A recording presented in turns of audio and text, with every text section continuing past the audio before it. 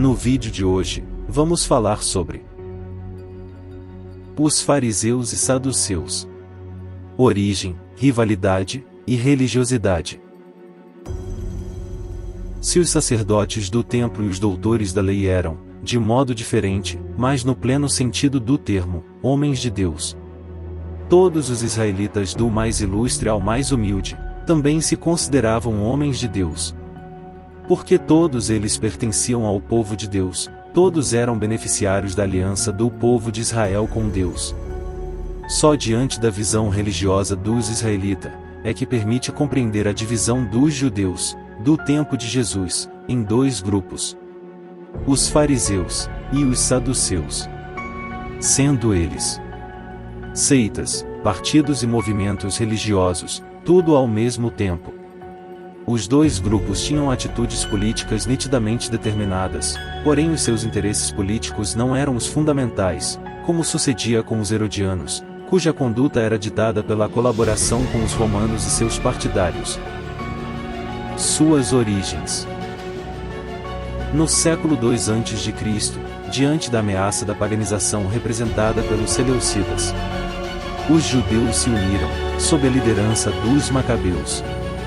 Todos concordaram para não deixar os gregos impor a sua idolatria ao povo de Deus. Após a vitória da resistência que os judeus formaram para enfrentar os gregos, surgiram duas correntes: os sumos sacerdotes e os reis asmonianos. Descendentes dos macabeus, vendo o mundo greco-romano cercar por todos os lados Israel, pensaram que seria mais hábil manter relações com eles, através de acordos, recusando totalmente ceder no essencial, e mantendo firmemente os princípios que assegurassem a salvaguarda de Israel. Esta atitude visava essencialmente proteger a comunidade judaica, cuja, porém, a posição dos sumos sacerdotes e dos reis, não foi admitida pela massa do povo mais humilde, que forneceu a grande maioria dos combatentes para a guerra de libertação contra os gregos, aqueles que, no tempo dos macabeus, se chamavam a si mesmos de os piedosos. Os Hassidim diziam que era impossível defender a fé aceitando o contato com os pagãos. Os separados, Perushim, fariseus. Assim eram chamados os que se recusavam à posição dos sumos sacerdotes e dos reis, de fazer alianças com os pagãos. Os seus adversários chamavam-se saduceus, o que foi primeiramente um apelido, significando talvez como os justos, ou ainda como os filhos de Sadoc, em referência ao sumo sacerdote de Salomão, Sadoc. Porque o alto sacerdócio pertencia a esta linhagem. As diferenças entre os fariseus e saduceus. Qual era a diferença entre os dois clãs? Bom, ela está, essencialmente na resposta que dão à questão vital: como proteger o povo de Deus no meio do mundo pagão? Os saduceus respondiam a esta pergunta dizendo que a melhor forma era sendo categórico, duro, prestes a perder tudo. Mas não é tudo, mesmo sobre o conteúdo das escrituras sagradas, que é preciso salvaguardar, não estão de acordo. Os saduceus defendiam a ideia de ficar no essencial, na lei escrita dada por Moisés, e nos seus 613 grandes princípios, e onde a palavra é muda, deveriam adaptar-se às exigências do tempo. Já os fariseus defendiam a ideia de que é preciso fazer penetrar as regras religiosas em toda a vida humana, completando a lei escrita com a tradição judaica, com a lei oral, saída dela que, precisamente, os escribas não cessaram de elaborar após a vinda do exílio na Babilônia. Atitude que explica por que a maioria dos doutores da lei seja fariseu. Os saduceus em sua maioria eram de classe social bem colocada, eram altos funcionários, comerciantes ricos, sacerdotes. Eram senhores do templo, e controlavam o sistema financeiro. Era entre os saduceus que se encontravam-se os homens de estado e diplomatas, os que mantinham com os ocupantes pagãos as relações indispensáveis ao andamento do país. Entre os saduceus, sem dúvida, alguns se deixavam atrair pela influência pagã, sobretudo os mais ricos e os das mais poderosas famílias reais, mas nada permite pensar que fosse a maioria que agissem dessa forma. politicamente, seria injusto confundi-los com vulgares colaboradores dos pagãos ou traidores da pátria. No fundo, os saduceus eram hostis aos pagãos, mas queriam tirar da situação criada pela ocupação o melhor partido para o bem da nação. No plano estritamente religioso, os saduceus apoiavam-se somente na lei escrita, rejeitavam tudo que não encontrasse formalmente que lhes parecesse acrescentado à lei escrita. Rejeitavam a ressurreição, a angeologia e o messianismo fanático. Eles não acreditavam na intervenção de Deus nos negócios dos homens, isto é, rejeitavam a graça. Para eles, a escolha do bem e do mal dependia da livre decisão do homem, e que, segundo a decisão de cada um, a alma sobrevive, recompensada ou desaparece, punida.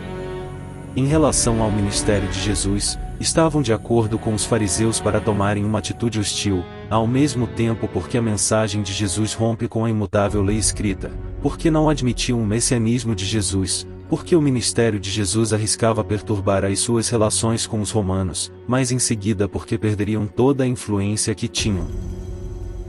Já os fariseus, no tempo de Jesus, eram mais influentes, e a sua influência não deixava de crescer. A organização dos fariseus era parecida à de um partido político em uma democracia moderna.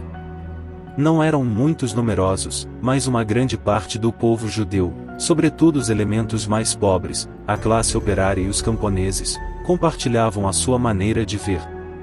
O que permitia aos fariseus proclamarem, com um pouco de exagero, que representavam todo o povo. Os fariseus, em sua maioria, eram escribas e doutores da lei, o que não quer dizer, como seríamos tentados a acreditar lendo o Evangelho, que todos os escribas e doutores da lei eram fariseus. Haviam mesmo sacerdotes entre os dirigentes fariseus. Os fariseus tinham a convicção de representarem a elite do povo eleito, de serem os depositários exclusivos da verdade, os únicos fiéis da aliança com Deus. Tinham um orgulho extremo, desprezavam os que não tinham a sua visão e, mais ainda, os pagãos que não possuíam a verdadeira fé. Os fariseus, politicamente, eram ferozmente opostos aos ocupantes pagãos, e aos que eles colocavam à frente do povo de Deus, como exemplo, Herodes e sua família. Mas sendo a sua oposição de essência religiosa, não tomava caráter violento, somente se a religião fosse ameaçada. Os fariseus não formavam uma resistência organizada, prestes a recorrer à ação violenta. Esta tendência existia de fato, mas sim por parte dos zelotes, que, após a morte de Jesus, dominados pelos fanáticos do punhal, os sicários, avançará cada vez mais para a ruptura violenta. No tempo de Jesus, esta corrente violenta era mínima, bem longe de conquistar toda a massa farisaica. A fé religiosa dos fariseus era certamente profunda, sólida e exigente. A doutrina dos fariseus era a que os doutores da lei lhes tinham ensinado, em que a religião devia animar e controlar tudo, na vida judaica, a fim de que essa vida permanecesse integralmente judaica. Tiravam da lei uma jurisprudência à qual deviam submeter-se em todos os casos, tanto no dia a dia, como nas relações civis, jurídicas e sociais.